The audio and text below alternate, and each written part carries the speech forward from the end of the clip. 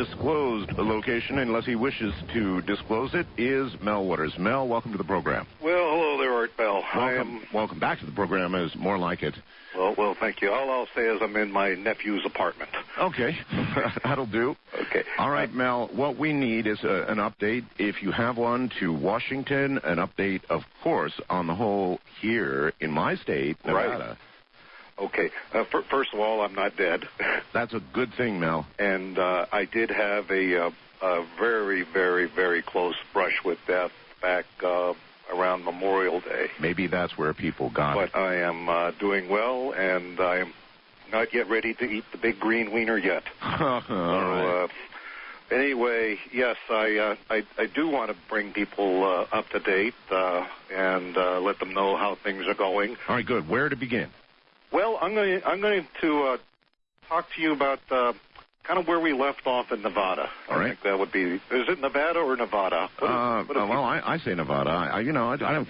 I wonder about that sometimes. Just try either one. We'll answer to it. Whatever. Anyway, the one in your state here. Yes. I told you that we had lowered a bucket of ice into the hole there in your state, and that you don't want to tell us any more about where the hole is.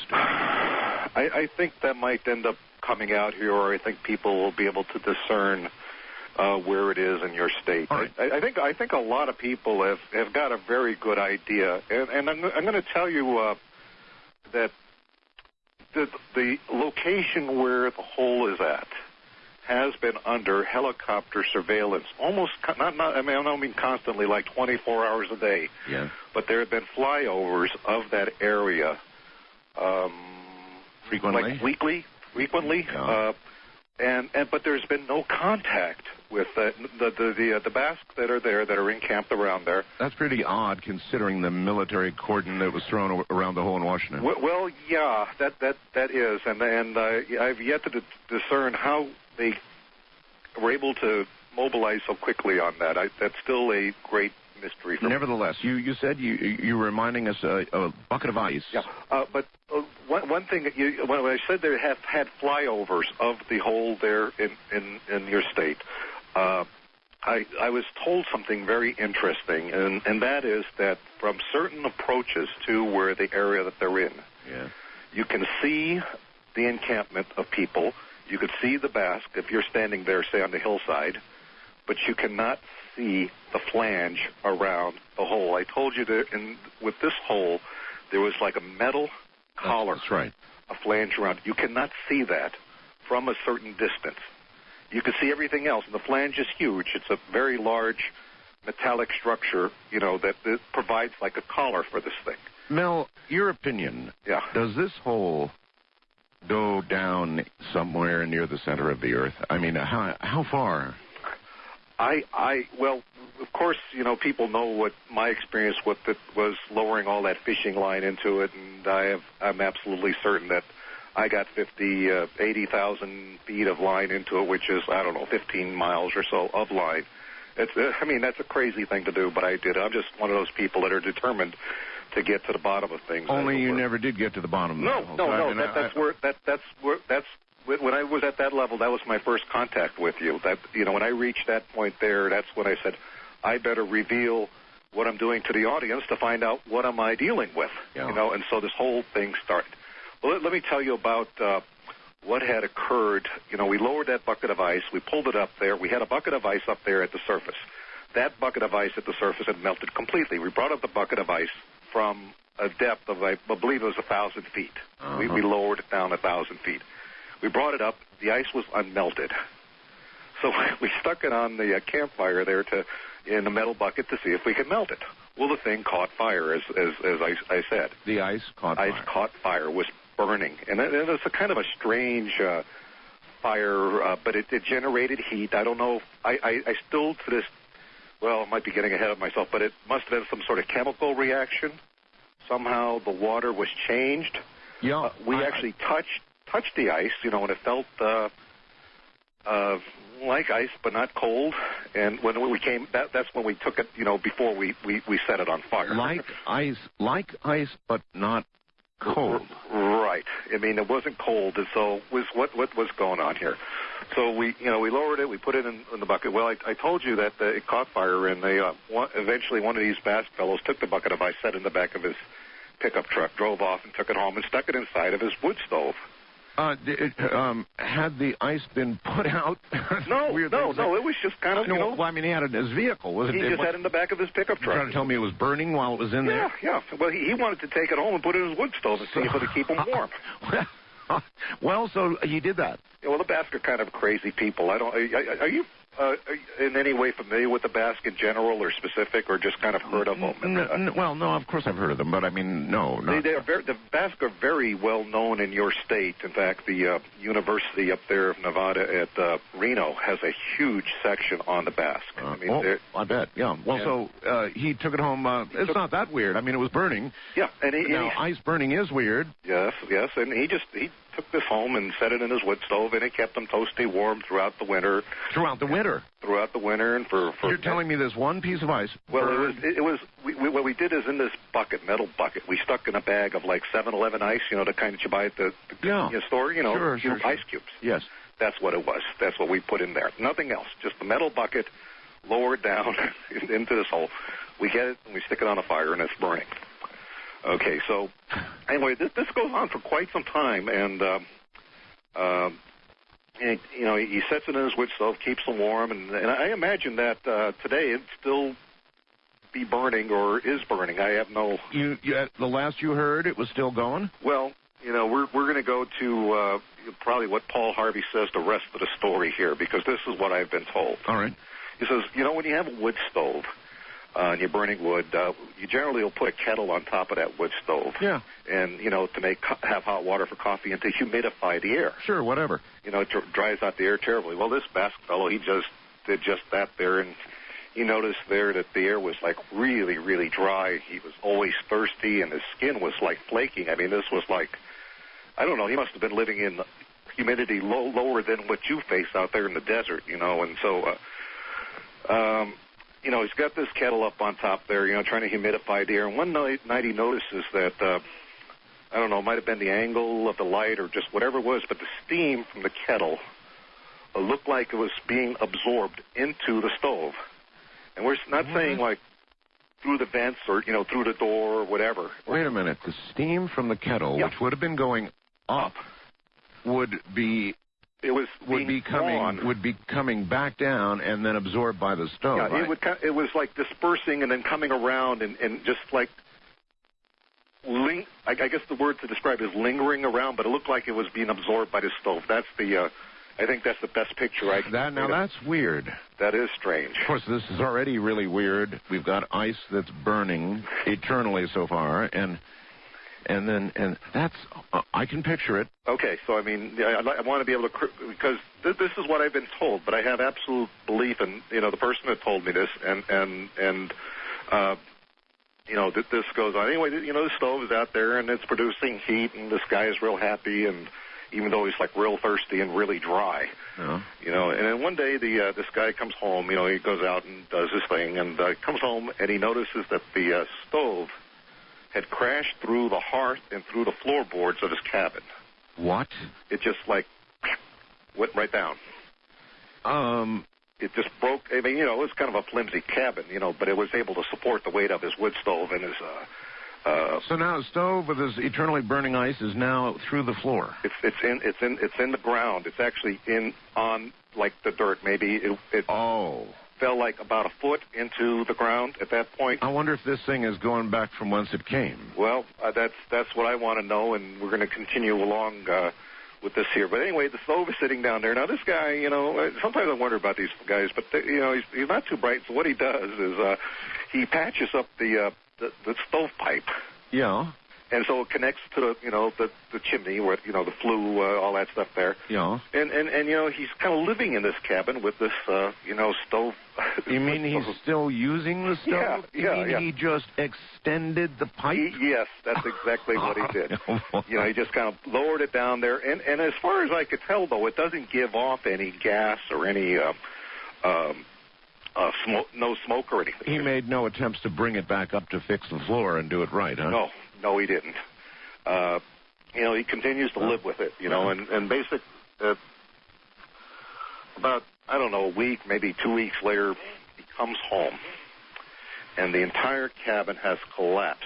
What? Around the whole thing. The whole thing? Everything has collapsed around it. In fact, all there is around the side of the cabin is piles of wood dust. Wood dust. Wood dust. Wood dust. So in other words, his cabin disintegrated. It basically looked like all of the moisture that was in the wood had been sucked out of it completely to the point that it could no longer exist as wood. Wow. Now this is pretty interesting because so far it's pretty consistent. That's for sure. This thing reabsorbed its own moisture. It absorbed so much moisture this man had terrible skin trouble. Still, he kept it going, and now he absorbed all. I get it, all the moisture out of the wood. He had wood furniture in there, his bed and a chair or whatever. Yep. Wood dust. You could see the different colors of wood dust. And at that point, he abandons the cabin and gets the heck out of there. Understood. He says, hey, enough is enough. So he moves in with one of his brothers. Yes. And they were over there, and about a month later, he goes back to the cabin to show it to his brothers, and they find that the stove had sunk to like 5 feet into the ground. This thing's on its way. It's 5 feet into the ground, and it is still generating heat. And still going. And, at that point, all the dust had blown away, and, you got a few nails around there.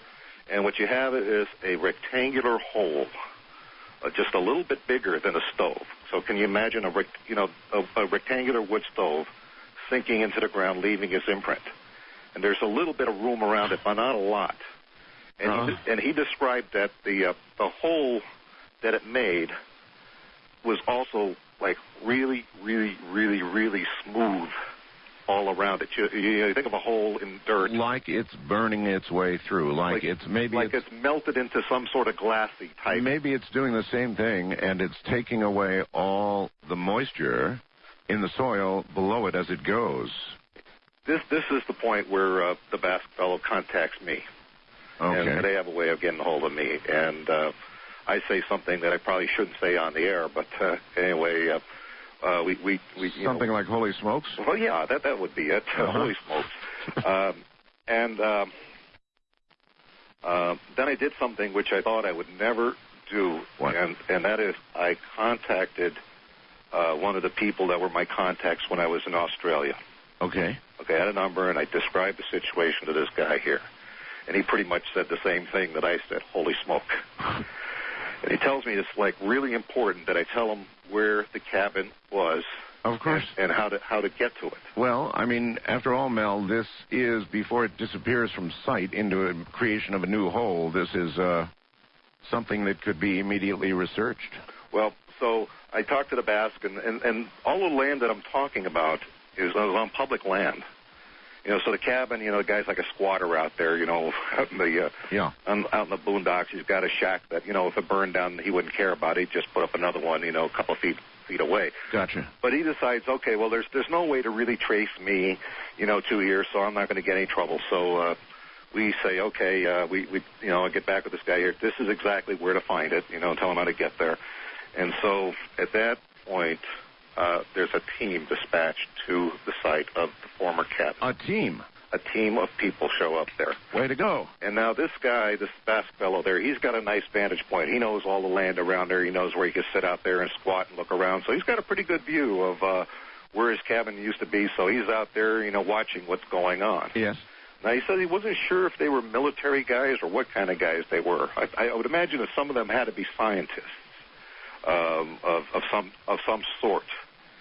And, they're out there for a while, and shortly after that, there's like a bunch of heavy-duty construction equipment, cranes, and things that are brought out there. Here we go. Yeah. And then,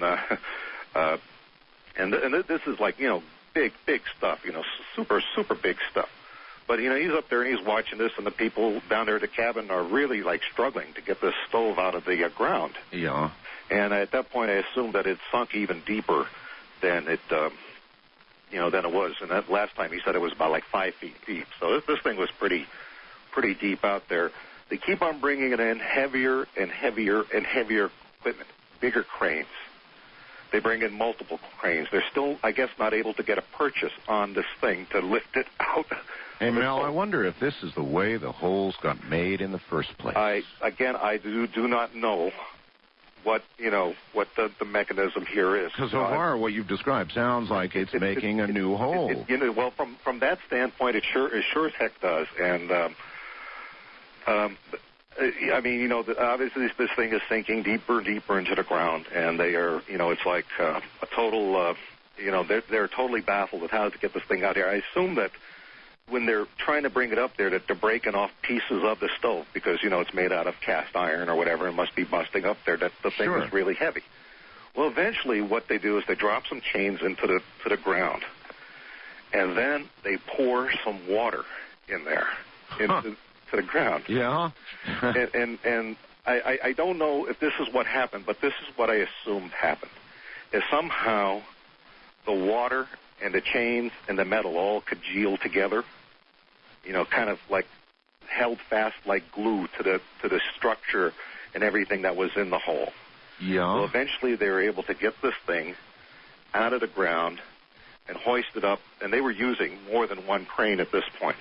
Now, I don't know a lot about cranes, but usually they could pick up a lot of stuff. They had several cranes working on getting this thing out, so it must have weighed some huge amount. God, talking like fascinating. Well, okay, so the weight alone would have broken it through the floor. The weight certainly initially, wouldn't have dug the hole, though. Isn't that fascinating? Yeah, and so they finally get this thing out of the ground using multiple cranes, the biggest ones they can get. This guy said these things were like monster cranes. They get it up, and they load it onto the biggest truck this guy had ever seen in his life. I mean, this was bigger than big, and they haul that thing away. It is like gone, it's over there, and so they just took the stove away. I don't know if he got a good look to see what the stove looked like, but they loaded whatever was in there, detached the chains from the hooks and stuff, and trucked this thing off. All of this, in essence, just to get this burning ice, really. That's what they got. But this guy here, as soon as I talked to him, he knew something was going down, and something had gotten, well, my impression was it had gotten, like, out of control. And all of this just from something you lowered into the hole here in Nevada. That is correct. All right. Hold it right where you are, Mel.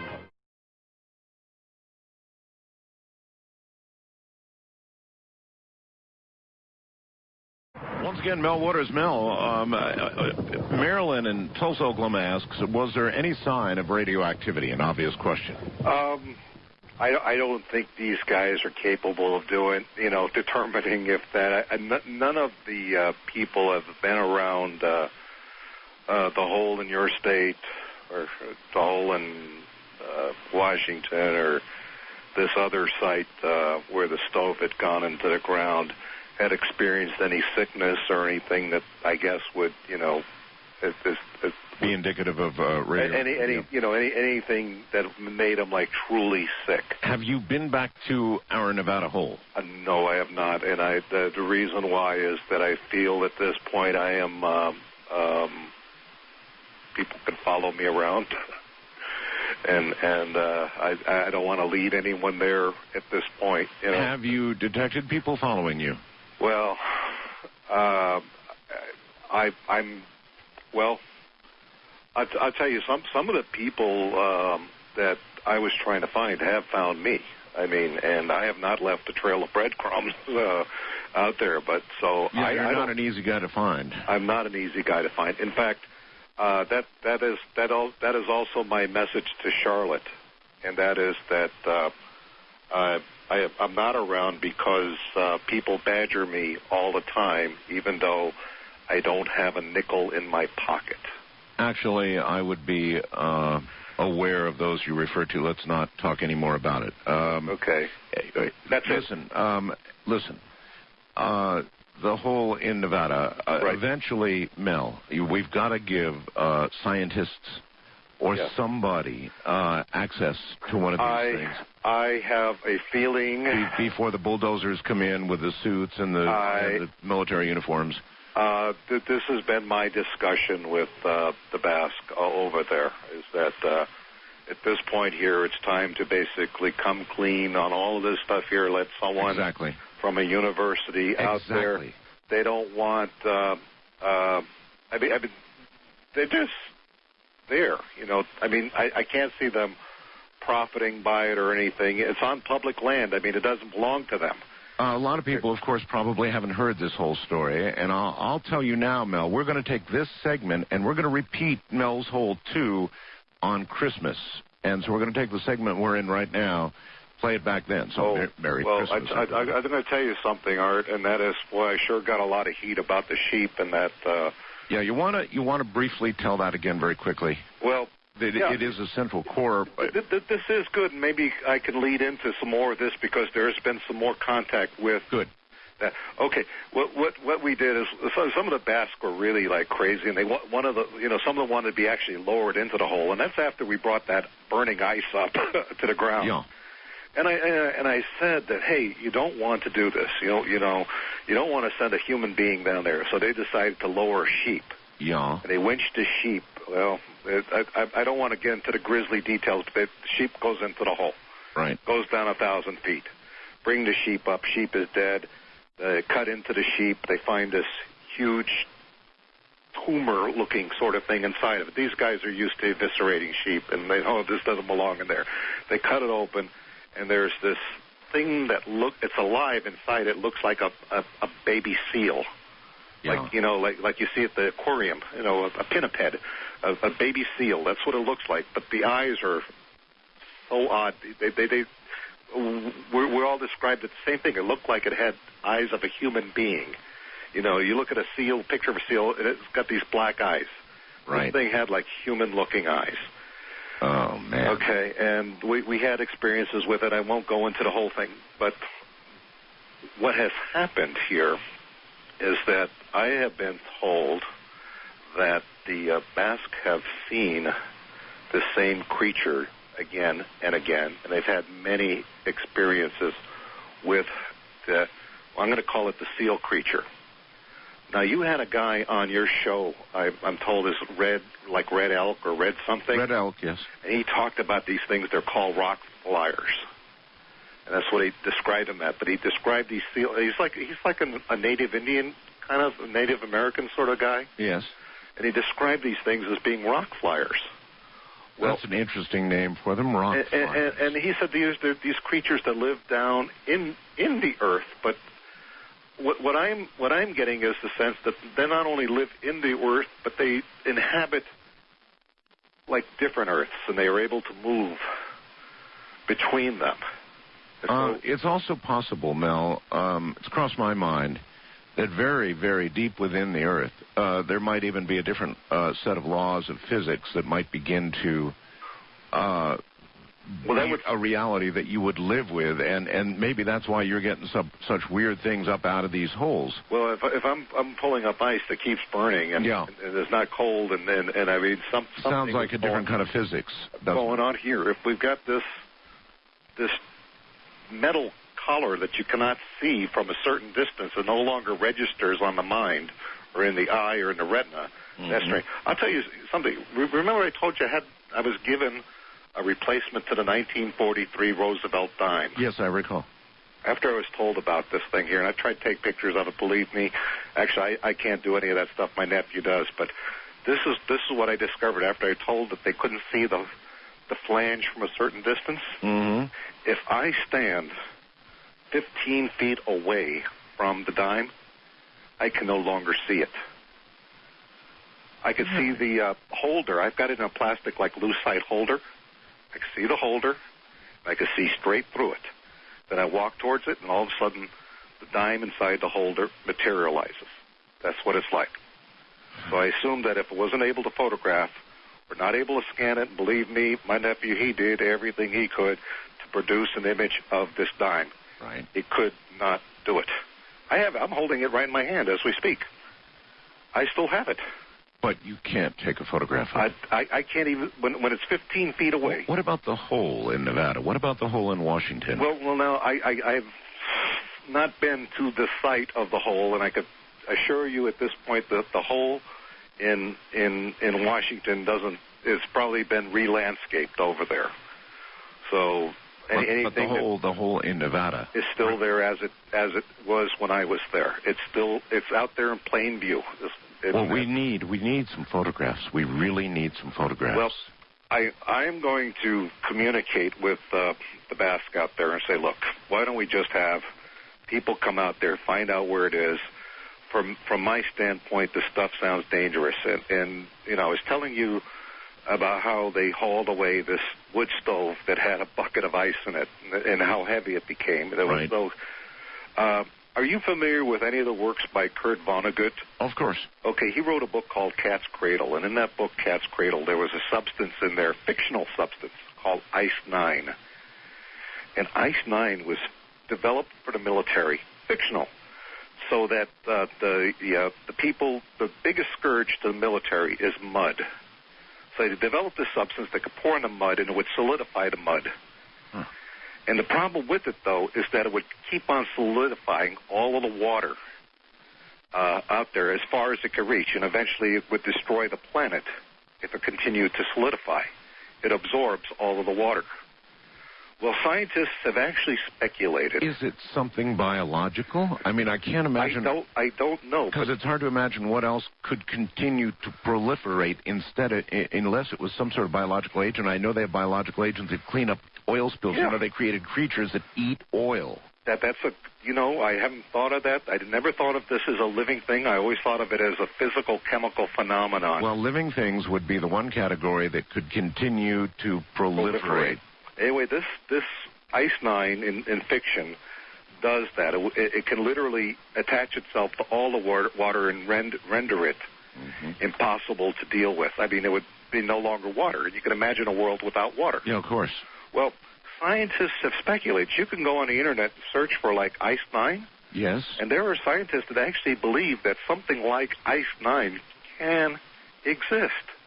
They actually believe that it is possible to accomplish something like the fictional Ice-9. Well, that's why I kept saying, what about a different set of laws of physics inside the Earth? Obviously, something about the deep Earth, Mel, is very different than what we have here. The whole new set of laws are down there that are going on. But this burning ice has been a great, huge source of concern for all the people that I talk to, and then I'm not a military, whatever they worded down there that went to the. So you have no idea who has it now? No, they took it away, and that was the report that I've got. And excuse me. Anyway, I wanted to get back to the actual hole over there in yes. In your state, and I told you about the helicopters that routinely fly over there, and apparently no one has been molested over there that is encamped around the hole. But the Basque that are there have told me that they receive visits from the seal-like creature. Now recalling for everybody, the creature went back down the hole.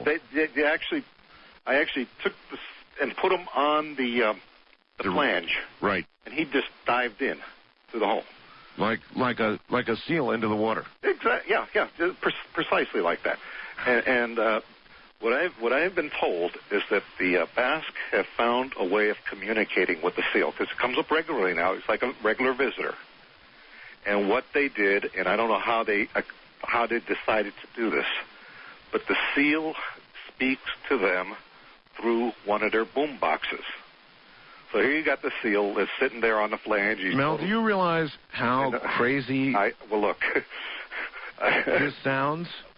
I was crazy sounding from the first day. Yeah, well, you have a point, Mel. But I mean, the seal, or whatever in God's name this is, can communicate to them through a boombox, through the radio on the boombox. That is, I don't know how it does it. I don't have any idea of how radio works. Okay. Well, you're the radio guy. It receives radio frequencies. That's so right. the implication would be this creature is capable either radiating some sort of modulated radio frequency, and that's how it would happen. I mean, I always heard these tales of like people hearing like radio in their tooth fillings. Oh no, it's true. And wire fences really out on the range. It's all true. You know, and so I don't know, but anyway, they have been communicating with them, and one of them was actually smart enough to press the record button on the boombox. Good move. Yeah. He did, but this is what happened when he played it back. Yes. It sounded like I've listened to the shortwave radio before. Yes. But it sounded like that intermodulation that you get between it's a series of chirps and bloops and bleeps and things like that. Oh, yes. That's what was recorded. Oh, isn't that bloops and bleeps and stuff. That's all that was on a tape. I used to like those bloops and bleeps because they used to help me sleep. You know, I would turn it in between like a shortwave channel. Do you have that recording? I don't have it handy, but you have it. But it sounds exactly like that. The bloops and bleeps you get between some of the shortwave radio stations. Wow. Exactly. I have no idea, but they were hearing this, you know, speaking to them in the language they understood, and so they talk about it. And again, I wasn't there, okay, but I don't think these guys, the Basque, are pulling my leg. They're not that kind of guy. They might be crazy enough to want to go into a hole. Well, crazy as it may sound, it's not really crazy based on your own first-hand experience with the holes now, is it? No, it isn't. If you take one context as a reality, then you can. It seems to me it shouldn't be that hard for you to accept their word on what's happened here. Right. And so, in that sense, but I'm also describing this to many, probably millions of people, I assume. Probably, yes.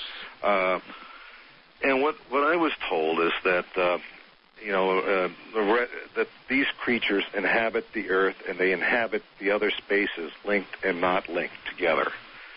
And they're communicating through the radio to them is what's occurring. And they do receive visitations from the seal creature from time to time. Well, I already like these little guys. If they use radio, they're my... Are they your kind of people there? Gotcha. Okay, now the Basque were warned about the ice that we sent down. What kind of warning? They said from the seal creatures that the ice can and would destroy the world in a very little amount of time. This stuff is too dangerous to fool around with. You don't have any way... It's not supposed to be up here. ...of understanding how this works, even though it is so tempting that all of a sudden in a bucket of ice, I've got what seems to be an unimaginable source of power. You know, an inexhaustible source of power, apparently. But I can't imagine if it's being inexhaustible if it's getting heavier and it's absorbing water. I mean, that to me doesn't sound like, so I think that stuff that was down there really is truly dangerous if not contained properly, is my feeling on that there. And then that's the warnings that they were giving. They said that the world would be destroyed by the improper use of the ice, but they anticipate that greedy and undisciplined use of the ice will probably occur in this world. Greedy and undisciplined? Disciplined use of the ice. It's an interesting phrase. Yeah. In fact, that's what was quoted to me, that term, greedy and undisciplined. Well, the world is looking, for new power sources. Anything that burns, Mel, and changes its own weight in that manner has a great deal of power. This kind of reminds me of something. We're a fossil fuel-based economy, right? And we've been using oil for the last 150 years, crude oil, petroleum. Long time. Before that, the oil that we used was whale oil. And some of the most famous whalers in the world were the Basque. That's true. Okay. Now, I told you some time ago that there was a whale bone, and it's stuck in a tree in Ellensburg. I remember that. And I've been told by the Basque that they left that there, that they were Basque in the area of the Washington Hole, and they left that whale bone there kind of as a marker. That's all I want to say about that. But that's what I've been told. Do you think that somehow those beneath ground understood something about what we needed? Or what they thought we needed? Well, I'll tell you this much, because there were other things that were said that, and this might explain some things to you, but, we talked about the greedy and undisciplined use of the ice, and they said that these seal creatures, they can travel between these worlds, and that there are other people in the other worlds that have designs on this world because this world is in pretty good shape. There are some people out there in other worlds that are similar to ours, but their world is so horrible. Well, our world is at least above ground. Yeah, but their world is so horrible that if we had suffered a nuclear holocaust on this world, they would be happy to inhabit it. There are people there, and what they were told is there are other worlds similar to ours that have designs on this world, and that they monitor what happens on this world. And they listen to me now. We're almost out of time, Mel. Anything critical to get out? Just that they are looking at our conditions, and they are saying, hey, the world that is the Earth that we know is on a collision course to disaster, and a lot of them think this is good, that then when we're gone, they can come here, and they think they're smart enough to use the ice that's here. That's the word I'm getting. Okay, I'm not a prophet. I'm not anything. I'm just was reporting. The implication in that the ice was rare even to them? The ice is rare, but it is when it's discovered, it's almost always improperly used. That no one has had the smartness. Now these seal creatures. Implication being there's been other pieces of this above ground. In other similar situations there that have been used. And maybe it's been that some of this has surfaced in one of these holes, and you were saying maybe that's how these holes are formed. Yeah. Any number of those things. All right, listen to me, my friend. We've got to go. That's fine. I want you to tell me, swear to me that you'll get hold of some people at the University of Washington I will. Or wherever and proceed with this. Will you? Talk